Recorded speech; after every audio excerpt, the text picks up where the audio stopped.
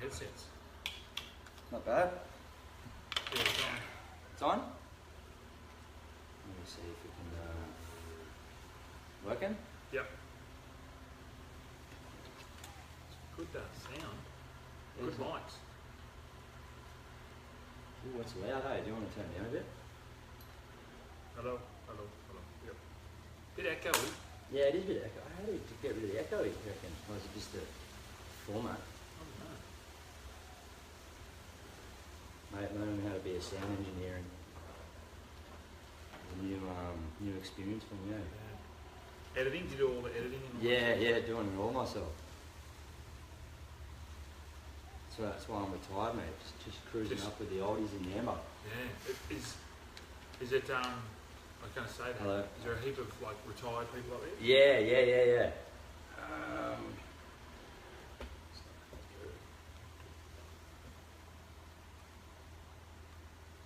You working now? No? Testing.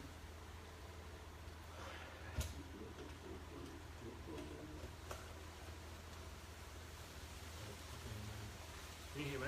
Yeah, I can hear you. It's just not coming through the... not coming through here. Testing. That's it. It's just not coming through there. I don't know why it's coming like that.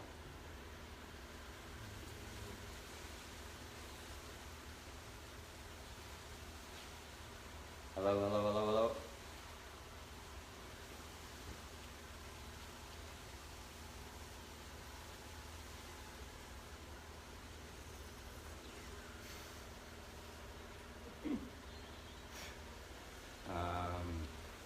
Rightio. Oh, there you go. Sounds like it's on. Yeah, I can hear you. I can hear you, but it's just not recording through my lappy. It's not plugged in properly.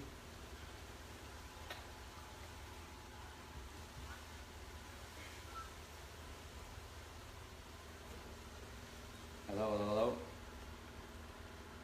Hello. We're past it, eh? I have to restart it. I can't help you. I've Yeah. got no idea about this shit.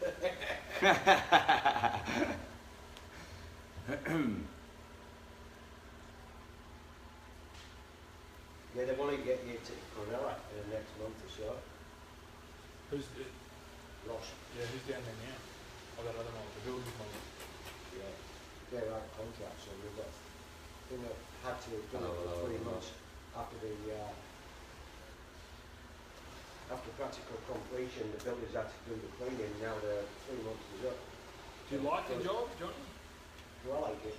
Like, is it good? A building manager? It's always that shit, really. Is it? Yeah. I'd rather be more into it. But there's not a lot to do up here. No. Here we go, we're on, Fletch. Oh, sick. Here we go, mates. Rightio, press record and we're live on Facey. Any questions? We've got a couple of shares.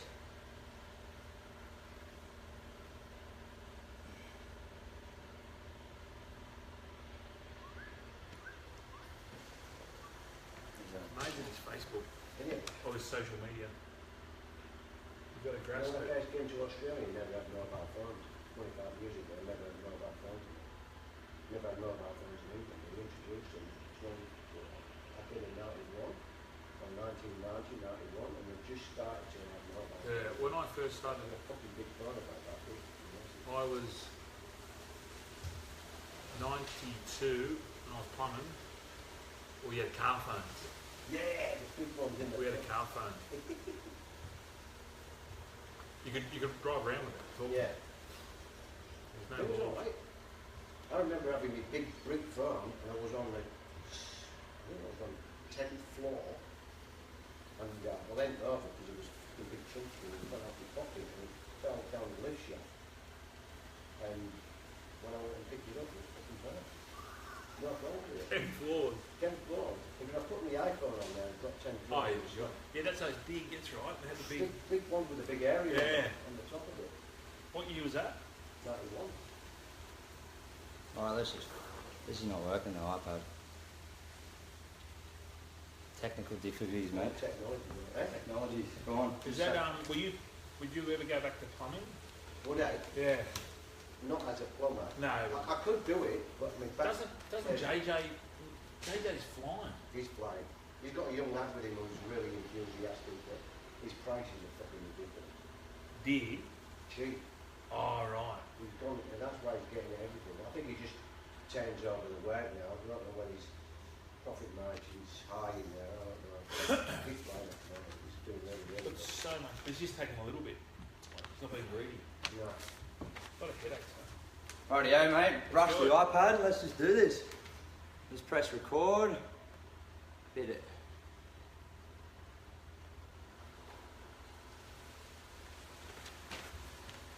Good luck. Good luck. first time live. First time live. I'm excited about this. So we've got a couple of questions on there as well. So I'll see what they say as we go. So we'll launch it in. Ready to go, Fletch? Ready to rip in, mate. Ladies and gentlemen, welcome to the Liam Zollo audio series, bringing you success, innovation, healthy life hacks, beating the rat race, and my journey, Liam Zollo, and how to become a humble hero. Super excited about today's show, guys and girls. We've got one of my biggest heroes, Brian Fletcher, in here. Welcome, Brian. Thanks, Liam. Hero. Never been called a hero. Never been called a hero. Definitely been a hero of mine, mate. You've been on my bucket list. Right. Well, what for? Hang on.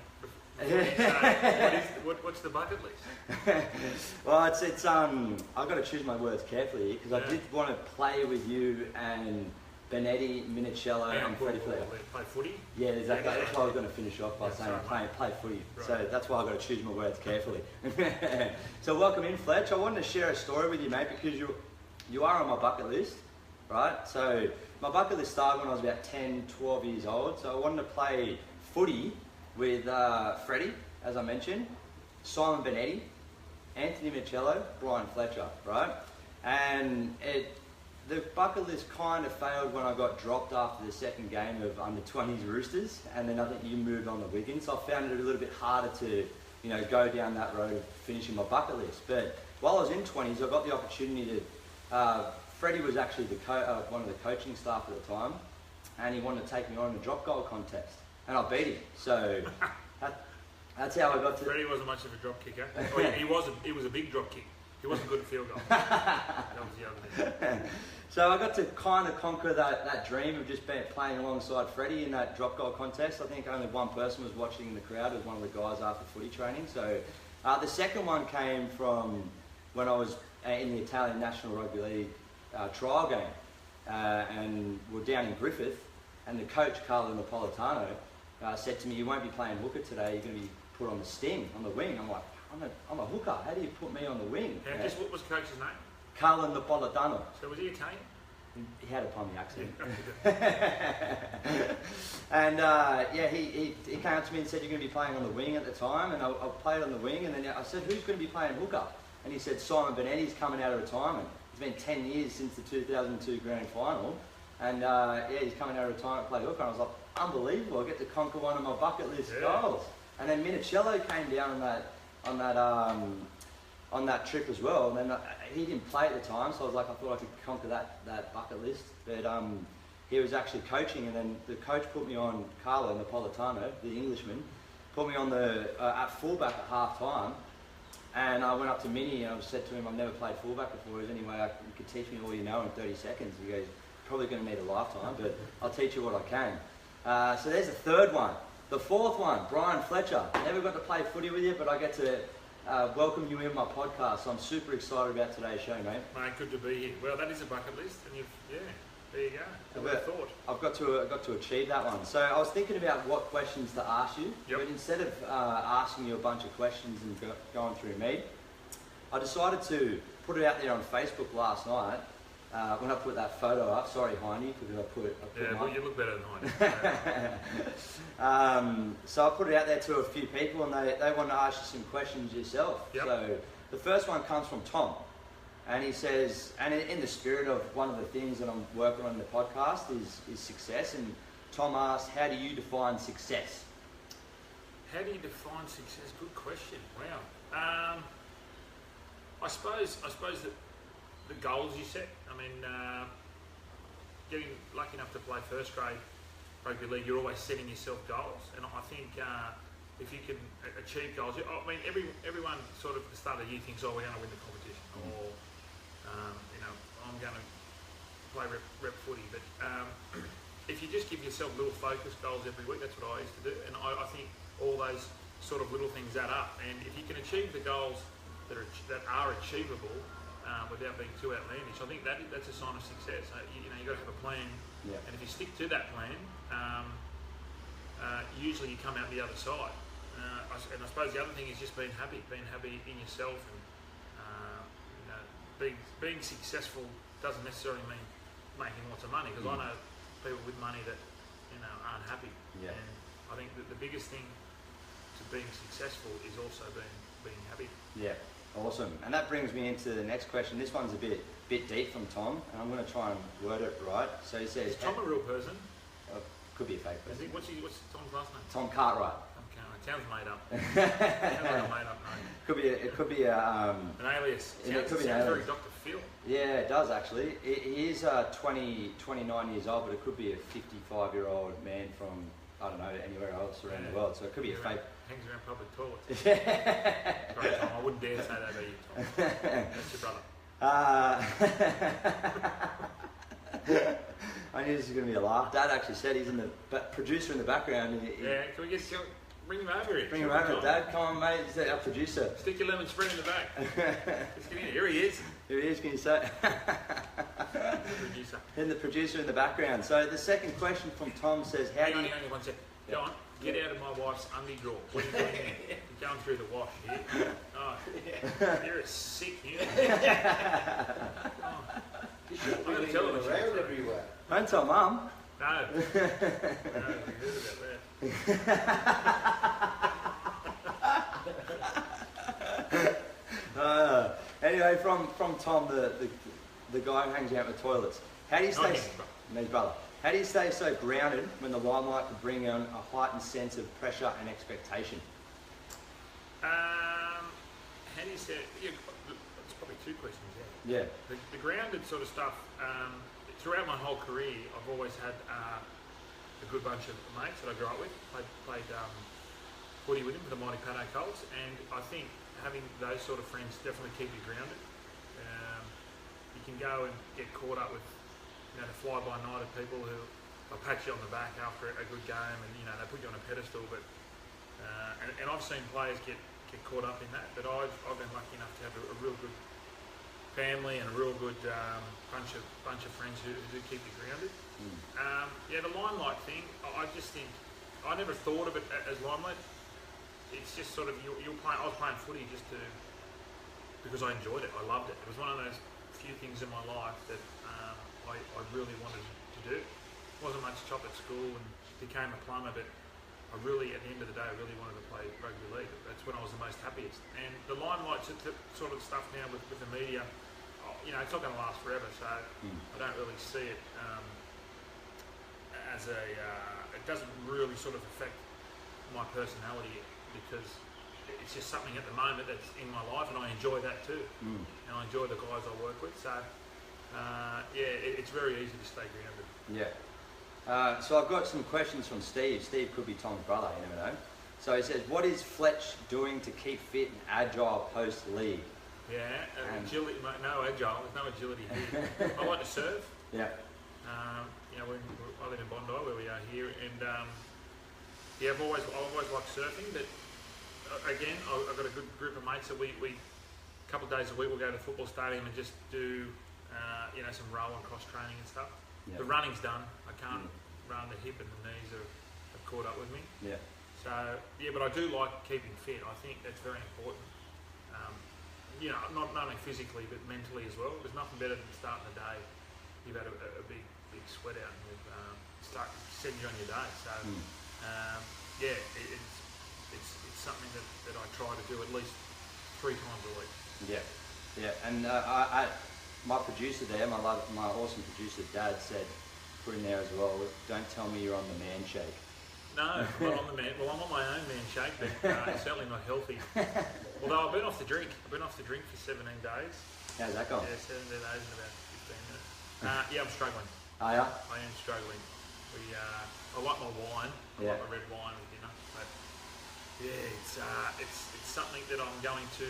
There you go with a goal. So once you finish your goal, you know you've that's a bit of makes me feel good. So I've got 14 more days to go. That's awesome. Is it 14? No, what are we at? 16? 16. 12. 12 days. 8 days. 12. And what are you going to do on March 1st? Yeah, I'm going to rip in. I'm going down the pub and I'm just going to lock myself at the front of the bar. I'm going to try and just neck 12 skewers before lunch. Before lunch. And do you feel clearer though? Just like, Oh yeah, heaps. yeah? Heaps. I remember the last time I did it, it was back, it was the year we won the comp. I took 6 weeks off the drink. And we came back and my first game I played like a bastard and we got beat. So I thought I'm never going to do that again. Do my footy career. But yeah, you do. It's funny how much energy you have. But I do miss it. Yeah. It's one of those things where, in moderation, I think. Yeah. Well, I'm actually doing a year of moderation myself. Like Off the drink. Off the drink. Like so You're not drinking at all. Well, I'm doing this deal with my missus. So she's trying to pull me away from That's yeah. like dealing with the devil. Not your missus. Mine. Go on, get out of that underwear. He's in there consistently, isn't he? Yeah, what is it? What's the deal?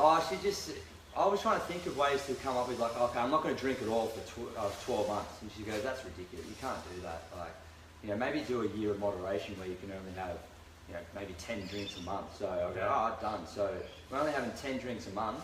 So, it's actually 12, sorry. So if I do 12 drinks in the first night, then I can't drink for the rest of the month. So Weight Watchers. There you go. So I feel a lot clearer by doing it that way because, I'm an easy drunk anyway. So 2 beers, I'm pretty pissed. So What's your poison? Surprisingly, I love Scotch. Yeah. Just a good old Scotch at the Robin Hood. It's just at 2 in the That's morning. not Scotch up there. It's gasoline. At 2 a.m. at the Hood, I can tell you, that is not Scotch. Might be some other substances mixed in there as well. I hope so. So Steve also said, so that's, he said, how do you keep fit? The other thing he said, do you regret the grenade throwing incident post-origin? I don't know what he means by that, but... Yeah, so in 2000 when we beat Queensland, we beat them 3-0 and we put 50 on. Up until last year or 2 years ago when they did the same to us, that was the biggest winning score. And it was just around the time of the footy show we're doing the try celebrations and stuff, and it was just a bit of fun. I don't regret it because people say to me, you gave the Queenslanders motivation. They went, I don't give them motivation, they've just got Jonathan Thurston playing. Yeah, exactly right. Greg Inglis. And Josh Hodges. So it was just, we won 3 series after that. So I don't regret it at all. I mean, it gets brought up every year. It's one of those things where, if anything, I should be thanked by the Queensland supporters. Yeah. Saying, I got nothing out of it. I tell you what I did get out of it. I got to sit next to Gordon Callus every Monday night. I Torture. was going to say that. What's that like? No, he's alright. He's really listening too. Yeah. He's a big fan of this. Yeah, I've heard. I think he's a big fan of Candles by Christina. That's what he is. Yeah, I got this Candles by Christina. We put it on when we have seances in the we want to just really focus in on the devil. She's upstairs. But we always put this beautiful smelling. I don't even know where I got this from. It's actually Mum. Mum's the main sponsor of my podcast, actually.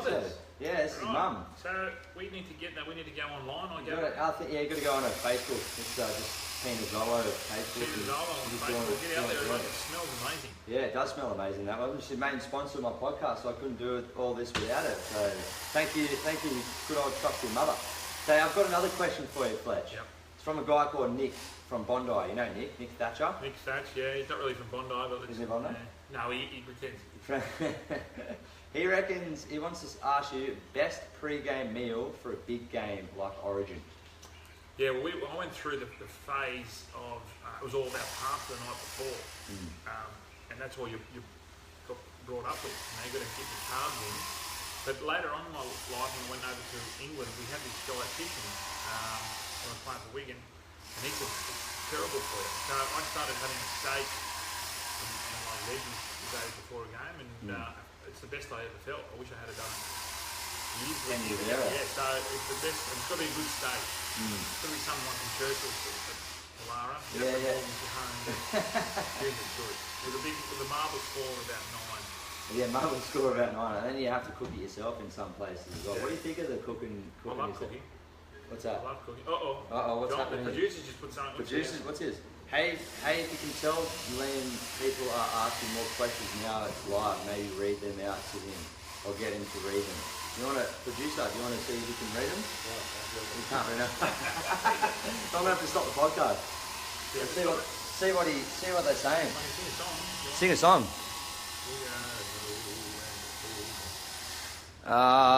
There's no questions at all. Just one. This my mate's giving me shit, giving me grief on here, so that just jammed me up. One guy saying all sorts of stuff. That's all right. You can't pretty please standard. you can't. What's the saying? My mum tells me you can't please all the people all the time. No, exactly right. Yeah. Oh, well, at least they're joining in though. That might have been Steve. Or Yeah, it Chris. could have been. Oh, Tom. Tom. Oh, Nick. Yeah. So pre-game meal it's more of a Yeah, steak. I got the steak and the you get your carbs from like broccoli and all that sort of stuff. Because I don't know, correct me if I'm wrong, but it's the pasta is the fast acting and this is slow release. Is that? Yeah, that's right. And it's more and it's like it's more high glycemic index, so it's like having a sugar rush and then crashing after that. So yeah, it's not really ideal. But Ben Kennedy, I roomed with Ben Kennedy a lot during my career in Origin in Australia, and he would religiously have a ham and pineapple pizza. No way. A giant one, and before it, The day before? yeah, the night before. Oh, the night before. Yeah. He turned me out all right. Yeah, he did play it right, didn't he? There's a couple more questions. What else is there? So was someone asked me a question saying, I don't know if I should ask you this, and they swore at me as well. So, who was the shittest player you played with? Or shittest teammate? Shittest teammate Simon Benetti or Anthony Michelle. No, I didn't have any shittest teammates. There'll be blokes who you click with, just like in any workplace. You know, there's guys with similar interests, but no, didn't really have anyone who. I don't know if it was Gene up there or he was actually saying more of it along the lines like, like shit blokes. There's plenty of shit blokes. It's heaps of shit blokes. I reckon what he was getting at was more along the lines of like, who was it? Just maybe the prankster or the punisher or the... Oh no, well Natty Wood, I wouldn't call Natty Wood was a prankster. Oh, was he? Yeah. I enjoyed his company. We actually separated. We wouldn't have to talk to each other. Graham Murray would split us up because we got our concentration span wasn't the greatest. Natty was a big prankster. Yeah. Yeah, he used to bring the snake in and does a good Gus impersonation. A good who impersonation? Gus Gould. Oh, did he? Yeah, Nat used to get up there and take the piss out of Gus. And what did Gus used to do? Well, Gus was scared of him. If you've seen Nat fight, you'd be scared of him. Oh, really? Good fighter. Nat's Garth's brother. Oh, yeah. It'd be a good fight, those two. Yeah, definitely. You reckon they'll have a fight? They've had fights, but not in the ring. Actually, I reckon Nat might get him. Oh, you reckon? Yeah. He's older though. Yeah. Yeah, I actually played against him he played for the Coogee Dolphins for a couple of years, I think. Natty? He's a hooker, isn't he? Hooker, halfback. Hooker, yeah. He played everywhere. Yeah. Tough bloke. Yeah. Good man, Nat. Well, that could be the next one then, instead of Mundine Green. Getting Nat and Garth together. What were you thinking? Well, no, I was thinking, I think Nat wanted to fight Quade Cooper. That Oh, was, really? They said righto, and then they obviously heard about his Quade Cooper's people. This is what I got told. Quade Cooper's people said, yeah, we'll take him on, and then they had a look at or asked some people and said no. Oh, really? I'd love to. I'll take on Quade Cooper. Yeah. I've had one boxing fight. That kid in the KFC drive-through the other night, he fought. Yeah. That was ridiculous, hey? That was. Would you fight Quade? Yeah, I'll fight. Put a challenge out. Come on. I'll put the challenge out. I'll fight Quade Cooper. I've had one amateur boxing fight. I barely won. Yeah, well, you got to put it out. You got to call him out. I'll call him out, mate. Quade Cooper, I'll fight you. Right. I'm probably in trouble now, aren't I? Yeah, you're I'm done. Hey, I've also got another one for you. Yep. I got a I don't know if this is a question. I got a comment in the same post from all these boys, Tom, Tim, Frank, and all whoever else was in there. So it was from my mum. Yes. I said, can you ask a question anyone who wants any questions asked, she goes, I love Fletch. Can I say that? And you, Liam. That's fine. I love you, Tina. Thank you very much for the, well, that's it. That's my mother who's there. It's just so supporting you. But she put you first, I love Fletch, and then down the bottom in the like little small font, and you, Liam. So I don't know if she's obviously got. I don't want to She's obviously got a husband's sitting right behind me. He's in there. What is he in your missus' onions drawer anyway? So. Hey, I've got another question for you as well. So I'm doing this a little bit of a theme. So it's a Zollo audio series. It's like success, innovation, healthy life hacks, which pretty much means how I can fast track into an event fast. So, like for instance, I ran a marathon in 27 days preparation. You've done it? Yeah, I did it. Yeah. I'm about to do my latest one is a 1K ocean swim in 7 days preparation. I can't swim at all. I'm scared of sharks. So Malabar ocean swim Sunday morning. You want to see a laugh? Come down and watch me do an ocean swim. But I've also competed in a boxing fight, that's what I was saying before, in about 3 weeks preparation. So I've got this little mentality of trying to pack into something fast. Right. I probably needed you 10 years ago to try and get me in the 20 system. So what advice do you reckon you could give young players out there that can sort of accelerate themselves at a higher rate with their maybe conditioning or just with their mindset if they're struggling to make a footy team or struggling to become more of a professional athlete? Yeah, I think the biggest thing fitness, I think, is diet. I think, as I mentioned before, knowing what you put into your body and to maximise the fuel that goes into your body, you can maximise your fitness because it's just like a car. You put yourself in some good petrol and your car seems to drive better. So and you can tell that now by the way. I mean, the Roosters a few years ago when Sonny Bill was there, there was no coincidence they won the comp that year when they went through the diet that Anthony Minicello was on with the high fat, low carbs and all From that. Keegan Smith, I think it was. Is it? Yeah, I think so, yeah.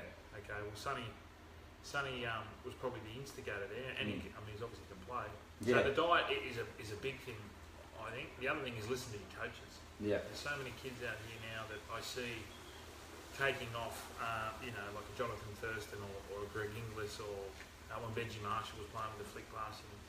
There's only certain type of players who can do that, and the reason they are that who can do that are obviously playing first grade. So you've got to just sort of know what you're capable of, but listen to your coaches because your coaches invariably know more than you. Yeah. In some cases. Yeah, exactly. Yeah. But yeah, that's listening to the coaches. Yeah. What's that?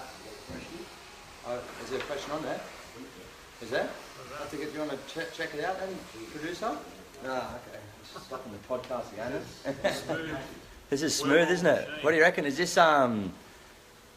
don't pass the ball every offload you Gumby? There's just people just giving me grief. It's not even a question. Yeah, that's fine. Is there questions that are on there? Who's that from? Jason King, that's it. Jason King. Jason King. Not the lawyer King. Huh? Not King, he played for Manly. No. He's a local guy. He's a massive Rooster supporter. Both brothers, Daniel and Jason. Oh, King, I know Daniel. Yeah, I know Daniel. Yeah. So it's him. Still owes me money too. Yeah.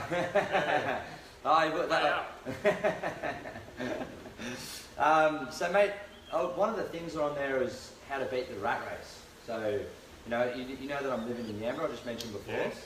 I'm semi-retired. Smoking pot. Yeah, smoking pot. Mullen Nimby. Good. Grow my hair. I did actually grow my hair. Grew a beard. Nudist camp. I'd like to go on one of those. Can you convince my missus to go? Lady Jane's around the corner here. I'm in. We used to go curving with them. And funnily enough, back then it was just all blokes. Yeah. Wasn't too bad. I'd believe that as well. So one of the things on there purposefully put on there, it's how to beat the rat race. Yep. There's a lot of people out there that are just going to the 9 to 5 slog all the time and they're starting to become unhappy. And there's real statistics out there showing. That's why I wanted to bring you on. I know we're having a laugh and a joke and that, but it's two statistics, big word for me. 73% I think of people are obese now. Yep. And 48% of people are depressed or anxious. So we're getting fatter and unhappier, but there's more information out there. So, and one of the things, like there's obviously a bunch of different reasons why, alright? But then I think that the rat race is going to 9 to 5 and just you know, just slogging it out, doing what you're not really passionate about it is one of the reasons. So what my question is, how do you reckon, what advice can you give to beat the rat race and become an entrepreneur? Because you're somewhat of an entrepreneur yourself with your awesome cleaning business that you got going as well.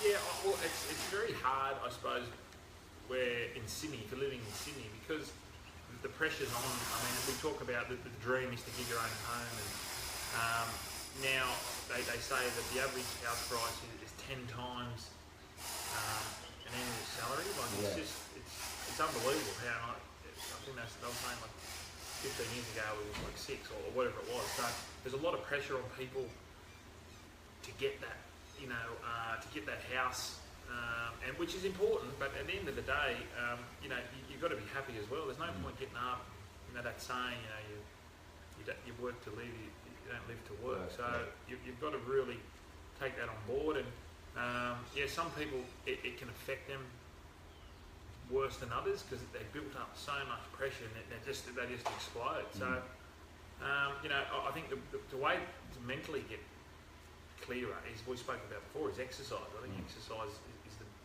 is the number one thing. And we were talking, you were just mentioning that statistic about obese people. Yeah. Or what's the I think it's just like in Adelaide, there's 73% of people are. Well, that's just education. You know, there's a lot. You look at the Americans, and there is no education because their obesity is through the roof. So, yeah, you've just got to understand. And the easy thing is too, you've got to have a little bit of discipline. The easy thing to do is when you go and eat something, you go and get the hamburger and chips because it's there. But you've just got to, you know, train yourself and be a little bit disciplined. You know, make your lunch at home and start doing things. Get out of your comfort zone. Yeah, I think that's what it is people. Like when you're on the brink of your comfort zone, that's when you naturally get anxious. But we just don't know how to deal with that when we're pushed beyond that. So being a professional rugby league player, you know how to handle that anxiety a lot more. Do you feel as though that you? I don't get anxiety. I don't. You know, and I know it's out there. I get coffee anxiety. Does that count? Yeah, what's that? You don't have coffee? No, if I have 10 coffees in a day. Right.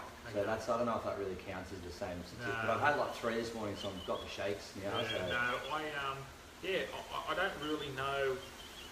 People talk about anxiety, and I know it is out there, but I don't sort of, I can't sort of relate to that because I don't get anxious.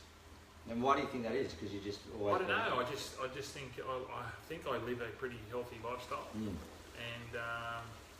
you know, I've got a good family and good friends, as I mentioned before. But I understand that mental health is a huge problem. I've had a couple of close friends who have taken their life, and you know, it is a tragic thing that when people have got this disease, I suppose it is a disease, and they can't get out of it.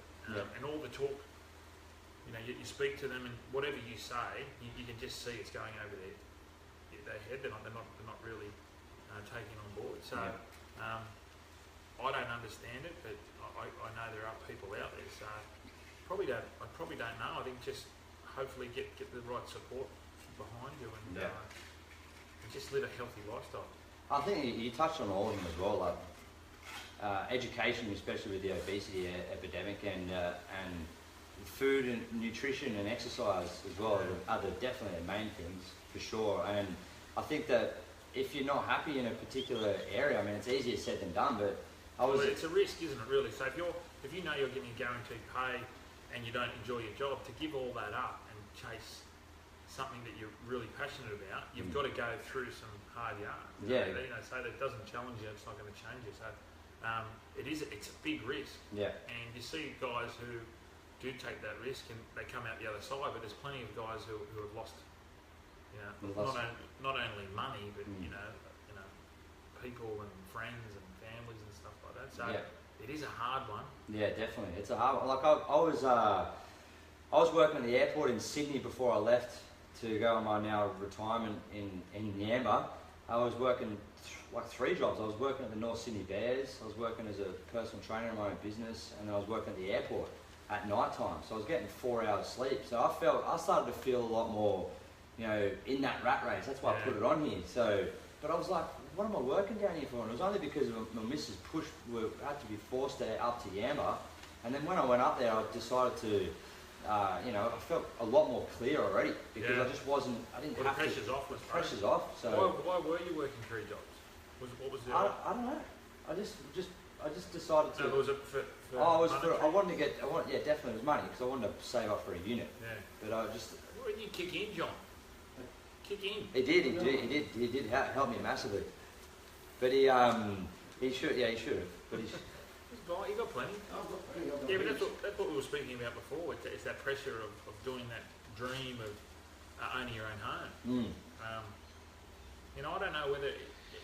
I mean, financially it's good because you've got something to fall back on. But yeah, I don't know. I know a lot of blokes now who just rent. They're happy, you know. Yeah, and I agree with you. It doesn't have to be. You don't have to buy a house. It's sort of a status thing. But I think that was a long time ago. Things have changed. Yeah, I mean, like now I'm in Yamba, and I just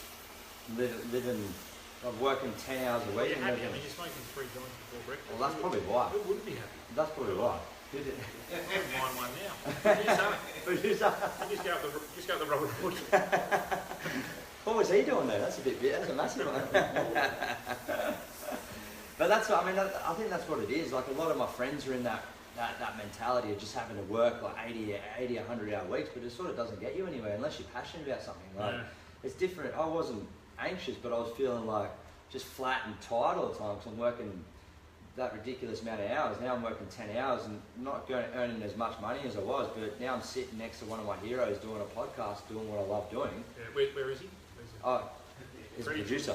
Freddie's not here. Yeah, well, that's the thing. You got to weigh it all up. Yeah. You got to weigh out what's important to you, and then when are you going to have a family? When do you get married? Don't put that pressure on her. She's watching right now. Yeah, what's her name? Emily. Just look down the camera and say, Emily, I love you, and will you marry me? No, I'm not saying that.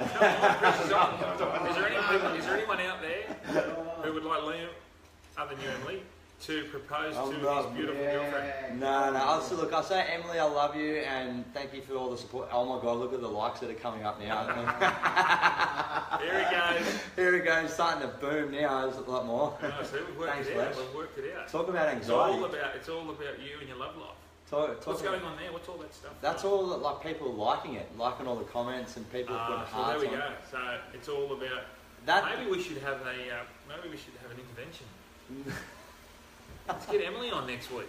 Yeah, I like this. Oh mate, you're putting the pressure on the hard word on me. Oh, here we go, producers in the background. I know a lot of football players, and they all seem to have daughters. Have you got any answer for that? Okay, so the producer, my father, says there's a lot of footy players out there. They all seem to have a lot of daughters. Do you think you have an answer for that? Well, I got told this. So I've got 3 daughters, and in the 80s. The Iron Man, when Iron Man was big, they went through a phase where it was a lot of girls. So I was speaking to a doctor, may have been a voodoo doctor or a witch doctor, but he told me that in contact sport, when you get whacked and stuff, sometimes you get hit down there in that region. Yeah. Same as Iron Man when they jump on the board and do battle out, they're constantly doing that. But when you get hit, it slows the sperm down. Slow sperm equals females. Oh, really? So every, excuse me. Yeah. So that's what I got told. This was in Amsterdam, and I did have a few joints. Maybe it probably wasn't. No, that's a theory I've got. I've heard the other theories. People say the Gatorade. Oh, really? Yeah. Gatorade. Or if you're really fit, you have girls.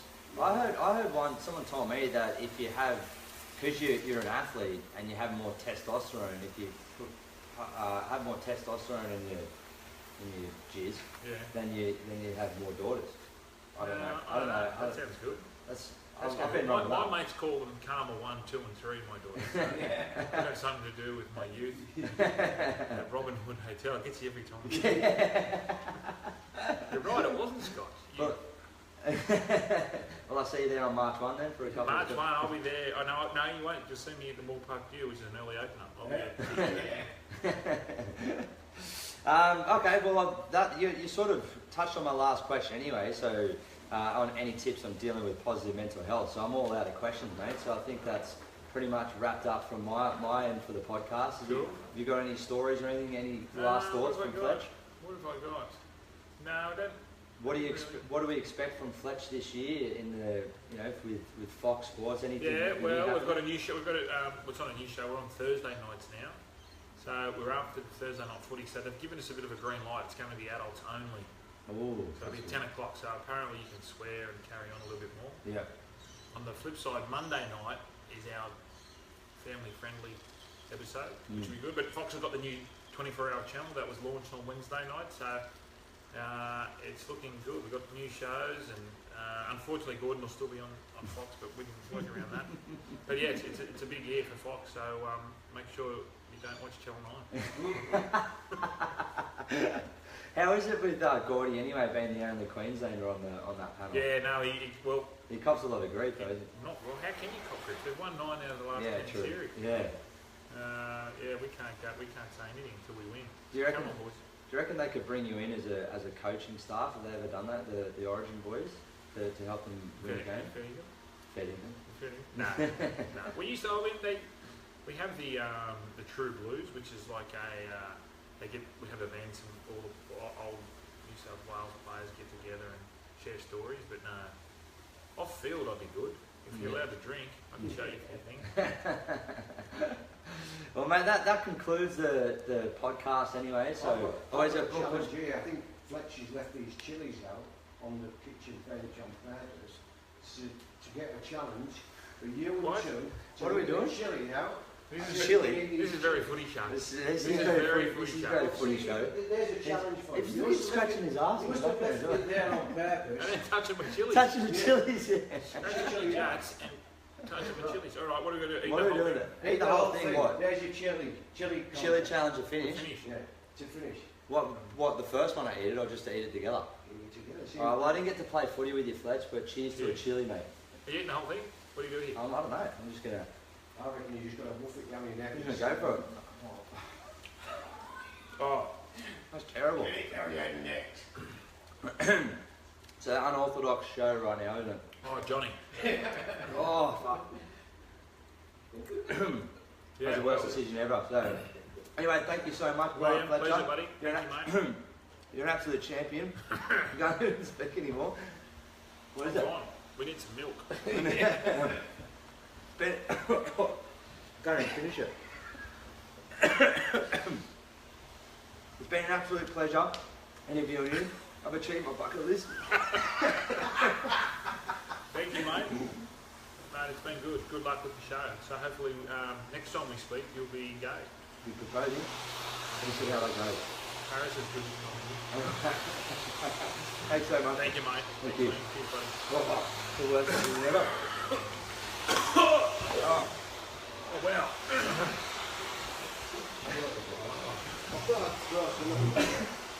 Emily. Yeah. Call me up. Right. Thanks, guys.